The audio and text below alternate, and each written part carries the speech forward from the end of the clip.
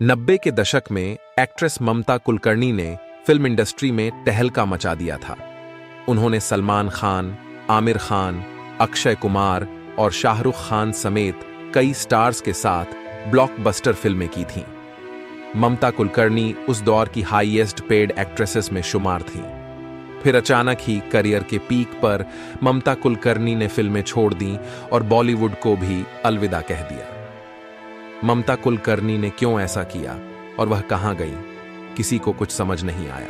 बाद में सबको तब झटका लगा जब ममता कुलकर्णी योगिनी बन गई। उनका नाम इंटरनेशनल ड्रग्स रैकेट में भी सामने आया।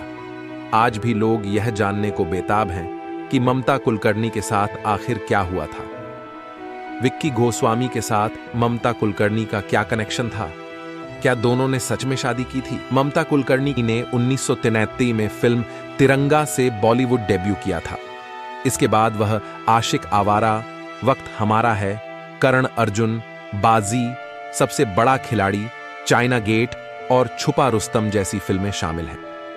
ममता कुलकर्णी 2001 तक फिल्मों में काम किया और फिर 2002 में अचानक ही बॉलीवुड छोड़ दिया। ममता कुलकर्णी फिल्मी दुनिया से दूर क्या हुई, जनता की नजरों से भी ओझल हो गई। किसी को समझ नहीं आया कि आखिर वह कहां गई।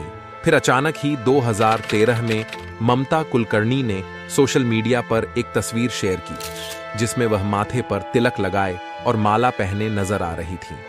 पता चला कि ममता कुलकर्णी साध्वी बन गई हैं। फिल्में छोड़ने के बाद ममता योगिनी बनी थीं और फिर विक्की गोस्वामी के साथ केन्या जाकर रहने लगी थीं। ममता कुलकर्णी ने ऑटोबायोग्राफी ऑफ ए योगिनी नाम से एक किताब भी लिखी थी। 2017 में एबीपी न्यूज को दिए इंटरव्यू में ममता कुलकर्णी ने बताया था कि वह फिल्में छोड़ने के बाद कहां गुमनाम रहीं, फिल्में क्यों छोड़ी और क्या उन्होंने विक्की गोस्वामी से शादी की थी। ममता कुलकर्णी ने 6 साल पहले बताया था कि वह 16 साल से एक योगिनी की जिंदगी जी रही है।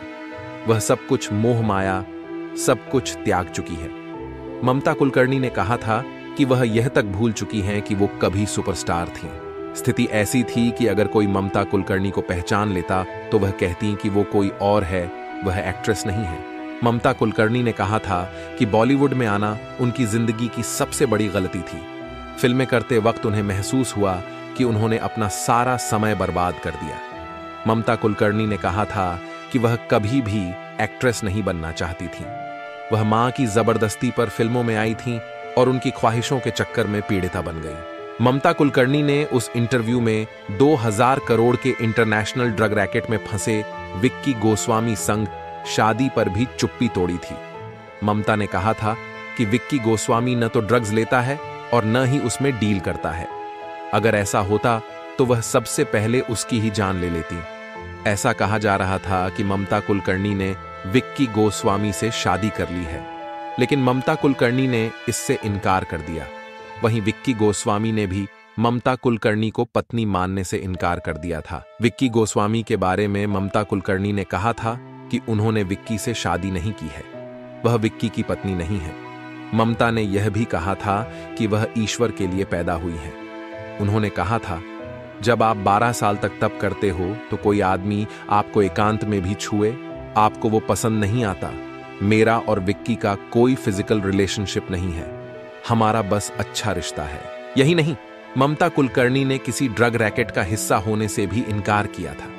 ममता ने कहा था कि जब यौन इच्छाएं और सेक्स जैसी चीजें भी उन्हें प्रभावित नहीं कर पाती तो फिर भला वह ड्रग्स के लालच में कैसे आ जाती। ममता कुलकर्णी ने कहा था कि अगर कोई मर्द उनके सामने कपड़ों के बिना भी खड़ा हो जाए तब भी उन पर कोई असर नहीं पड़ेगा। वहीं इससे पहले एक इंटरव्यू में ममता कुलकर्णी ने विक्की गोस्वामी से पहली मुलाकात के बारे में बताया था। ममता ने कहा था कि विक्की ने एक दिन उन्हें फोन करके मिलने के लिए कहा था, लेकिन ममता उसे तब पहचानती नहीं थी और इनकार कर दिया। पर विक्की बार बार फोन करता रहा तो ममता कुलकर्णी मिलने के लिए तैयार हो गई। जब वह मिली तो पता चला कि विक्की पहले से ही शादीशुदा था।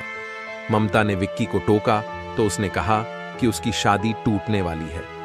इसके बाद ममता मान गई और विक्की के एक होटल की ओपनिंग के लिए दुबई भी गई। ममता ने बताया था कि उन्हें अखबार में न्यूज आर्टिकल से विक्की के ड्रग डीलर होने के बारे में पता चला था। ममता कुलकर्णी अब कहां हैं और किस हाल में है, अब इसकी जानकारी नहीं है। आशा करते हैं कि आपको यह वीडियो पसंद आया होगा। हमारे चैनल को सब्सक्राइब करना न भूलें ताकि आप हमारे नए वीडियो को आसानी से देख सकें। हम जल्द ही एक नया और रोचक वीडियो लेकर वापस आएंगे।